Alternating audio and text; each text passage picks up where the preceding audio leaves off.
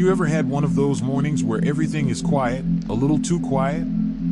The kind of quiet that doesn't feel peaceful, but a little heavy instead. Maybe you walk into the kitchen and notice the silence more than the smell of your coffee. Maybe you sit in your favorite chair and realize you haven't spoken to anyone yet, and maybe you won't today. If that sounds familiar, I want to tell you something right off the bat. You are not alone in that feeling. Loneliness, especially after 60, is more common than most people talk about. And it's not just about being physically alone, it's that emotional weight that sneaks up, even when your house is full of things, even when people are only a phone call away. But here's the good news, and I promise this is true, you don't have to let loneliness define you. It might visit from time to time, but it doesn't have to stay. And today, we're going to talk about how you can stay emotionally strong, even when that ache of being alone starts to settle in. Let's start with something simple but powerful, the way you speak to yourself. Because often, the loneliest moments aren't just quiet outside, they're loud inside. That little voice that whispers, "You don't matter as much anymore," or "Nobody thinks of you," or "You're being forgotten." That voice is lying to you. And the first step to emotional strength is learning to answer back. It might feel strange at first, but I want you to try this. When that voice starts, respond to it like you would a child who's scared. You wouldn't yell or agree with them, you'd speak calmly, kindly. Try saying, "I'm okay. This is just a quiet moment. I've lived through more than this, and I will get through this too." Because you have. You've lived through heartbreak and loss and changes and seasons where it felt like everything shifted overnight. And you're still here. That alone proves something deep and important. You are stronger than you think.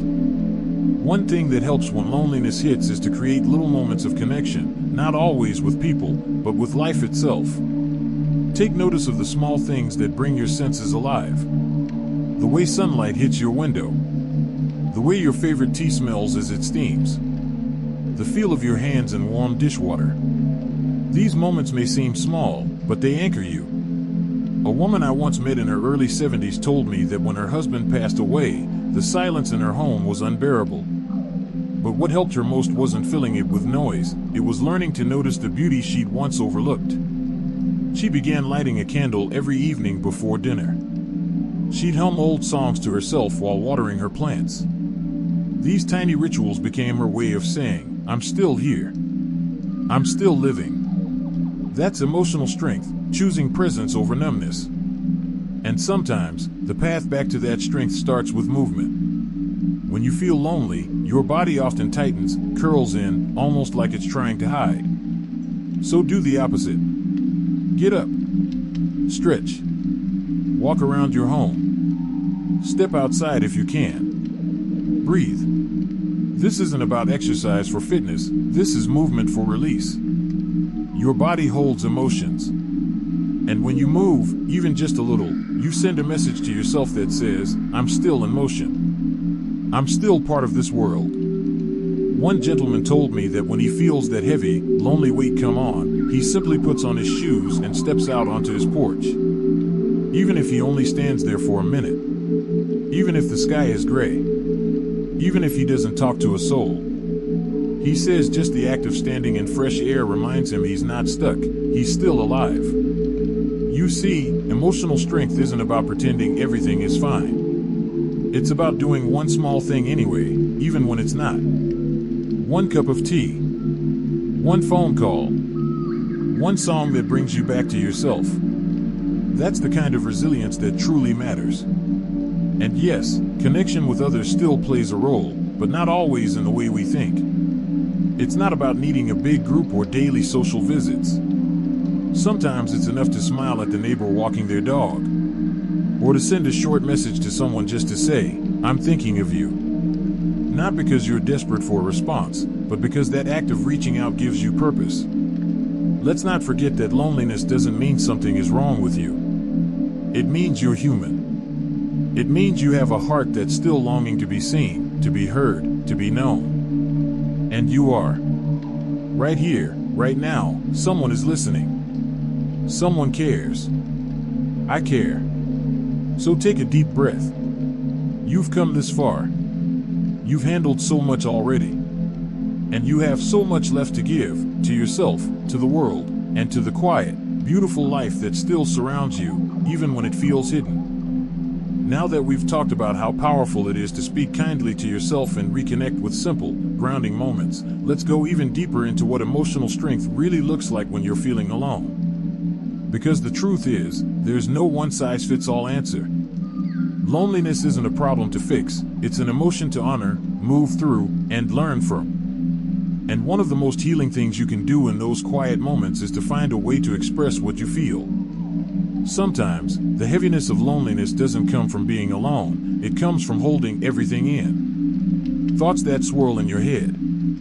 Emotions you don't want to burden anyone with. Memories that still ache. But here's the truth, putting those feelings somewhere, anywhere, helps lighten the weight. Maybe for you, that looks like journaling. Not fancy, not perfect. Just scribbling down your thoughts, even if it's messy, even if it doesn't make sense. Just letting the feelings have a voice instead of bottling them up. Or maybe you're someone who prefers to talk out loud, even if no one's around. That's okay too. Talk to yourself, to a photo, to a tree in your yard if you need to. The point isn't who hears you, it's that you hear yourself. There's something brave about putting your emotions into the world, even quietly. It means you're not denying what you feel, you're walking through it. I once heard a woman in her late 70s say, "I talk to my husband every night, even though he passed 10 years ago. Not because I'm stuck, but because our bond was real. Talking keeps me grounded." That's not weakness. That's love. That's presence. That's strength. And speaking of presence, one of the most powerful ways to regain emotional control during a wave of loneliness is to create small moments of purpose. When the days stretch out in front of you without structure, it's easy to feel adrift. Like time is moving but you're not part of it. That feeling can make loneliness worse. It makes you feel invisible, even to yourself. But purpose doesn't have to mean grand plans or lifelong missions. Sometimes, it's just deciding that today, you'll cook yourself something nourishing. Or that you'll finally go through that drawer full of old photos and organize a few. Or maybe it's writing a short note and mailing it, yes, mailing it, to someone you care about, just because. These acts don't need to change the world. They only need to reconnect you to your world. To give you a reason to move, to think, to engage, even gently. Because emotional strength isn't just found in surviving big things. It's built in the small, repeated acts of choosing to care for yourself. Let me ask you this, when was the last time you did something that made you proud, even if no one else noticed? It could have been as simple as walking to the end of the street, or cleaning out your fridge, or getting dressed, even if you didn't go anywhere. These may sound ordinary, but in the face of loneliness, they are acts of resilience. They're proof that you still show up, even when no one's watching. Another meaningful way to stay emotionally strong, and this may surprise you, is to allow yourself moments of softness. Not everything has to be tough. You don't have to be stoic all the time. You've already proven your strength in countless ways over your lifetime. Sometimes, the strongest thing you can do is let yourself feel. Let yourself cry. Let yourself rest. Let yourself listen to music that stirs memories. Let yourself smile at them, too. It's okay to miss people. It's okay to wish things were different. It's okay to ache. And it's also okay to turn that ache into a quiet kind of gratitude for having had something so meaningful that it still echoes in your heart. I met a man once, 85 years old, who told me his secret for staying emotionally strong was this: I let the tears come when they need to. I don't fight them anymore. But I also let the laughter come, too. Even when I'm alone. Especially then. There's wisdom in that balance, in knowing that emotions don't make you weak. They make you human. And one last thing I want to share in this moment, don't underestimate the power of tiny connections.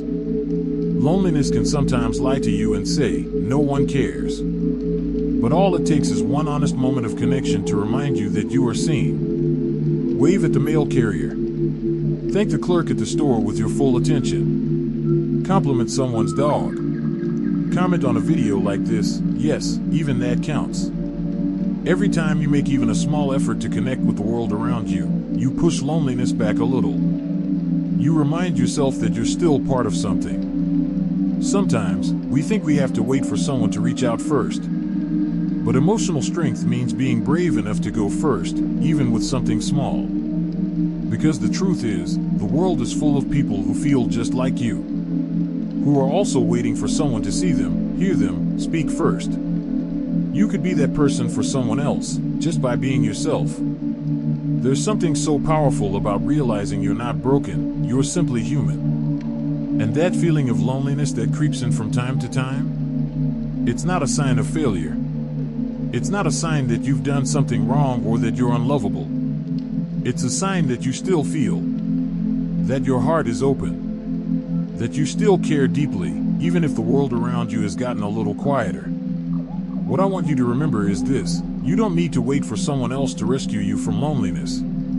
Because the strength to face it, walk through it, and even grow from it, it's already inside you. And sometimes, what helps the most is simply reminding yourself that you are not forgotten. Not by life. Not by the people you've touched. And certainly not by the world. You are still part of something bigger. Every breath you take is a quiet contribution to the world around you. Every smile, every moment of grace, every act of kindness, even if it's just toward yourself, is meaningful. I know it can feel like you're invisible when your phone doesn't ring or no one checks in for days. But I want you to hear me clearly: you still matter. Whether you're sitting at your kitchen table with a hot cup of tea or walking slowly through the garden, your life is still valuable. Your thoughts, your memories, your wisdom, they're still needed in this world. Emotional strength doesn't mean never feeling low. It means knowing what to do when you do feel low. And one of the most powerful things you can do is to reconnect with something that makes you feel alive. That could be music, your favorite old song that you haven't listened to in years. Or a movie that always makes you feel seen. Maybe it's painting, or gardening, or even just rearranging a corner of your home to feel more like you. It might be revisiting an old hobby or trying something new, not because you have to be productive, but because doing something just for you reminds you that you're still here, still curious, still creating. And if nothing comes to mind right away, that's okay too. Sometimes, it's just about sitting with a warm blanket, taking a deep breath, and saying to yourself, I'm doing the best I can. And that's enough today. When you live a quieter life, it's easy to fall into the trap of thinking you're not contributing anymore. But contribution isn't always loud. It doesn't have to look like a job or a task. Sometimes, your presence alone is the gift. The way you show up with a kind word. The way you smile at a stranger. The way your years of life have turned into wisdom that the world desperately needs, whether or not it always says so. Never forget that your story still matters. Your voice still carries weight. You may not have a room full of people listening, but even touching one life, even just your own, is a legacy worth building. So when loneliness visits, and it will, don't see it as a sign of weakness. See it as an invitation to reconnect with yourself. To come home to who you are, without distraction. To remember all the versions of you that you've been, and how far you've come. And in those moments, speak to yourself kindly. Move your body gently. Reach out in small ways that don't drain you but lift you. Do something that brings you peace, even if it's simple. Especially if it's simple. Most of all, remind yourself, I am not alone in this. Others feel it too. And this feeling, like all feelings, will pass. I want to close by saying how proud I am of you, yes, you. For seeking ways to stay emotionally strong. For showing up today. For taking the time to listen, to reflect, and to care enough about yourself to keep going. That is strength. That is courage. That is love. And I hope you'll carry this with you into your next quiet moment. You are still here. You are still growing. And you are still deeply, beautifully worthy of connection, joy, and peace. Now, I'd love to hear from you. In the comments, would you share one small thing that helps you feel grounded on lonely days? Whether it's something you do, a quote you love, or a moment that brings you peace, your words might help someone else more than you know. If this video gave you comfort, please give it a like. And don't forget to subscribe if you'd like more honest, encouraging content to help you thrive emotionally, not just survive, in this season of life. You're not alone. You're just arriving at a new kind of strength. Here's to living your best, most emotionally strong life at any age.